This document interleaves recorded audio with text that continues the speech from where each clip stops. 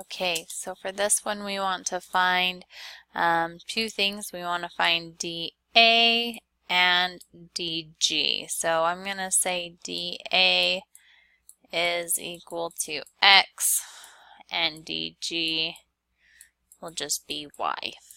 So we want to find this total length x and this total length here as y. So again, we know it that parallel lines, we have 3 of them, cut these segments proportionally. Whatever that proportion is, we're going to find out.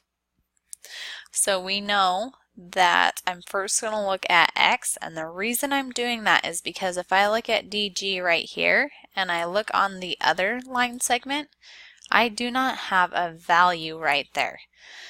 So there's not a way to compare like on the other side of the equal sign if I were to set it up, because there's not a number there. But if I look at the total EC, there is a number, it is 9, and that correlates with what x would be cut by. So we're going to set up our proportions. We're going to look at the same line segment. So x is what we want, is being divided by the rest of that segment, so 16. And that's going to equal, since x was cut by this parallel line and this parallel line, we're going to look at the segment in between it, which is 9. So 9 divided by, and 16 is between B and this parallel line, so we're going to look at B and between that same parallel line right there, so that's 12.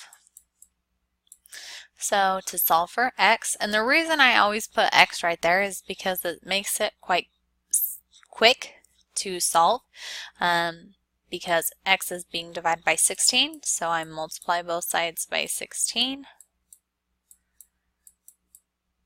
So 16 divided by 16 reduces down to a 1, so we have 1x, or more often we just write it as x is equal to 9 divided by 12 times 16. So we have parentheses 9 divided by 12, close parentheses, times 16. That's going to equal 12. So we know that this total distance now is 12.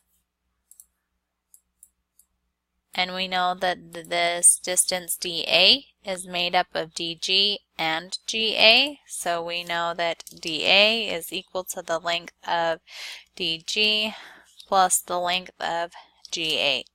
So now we're going to use substitution. dA we found was 12.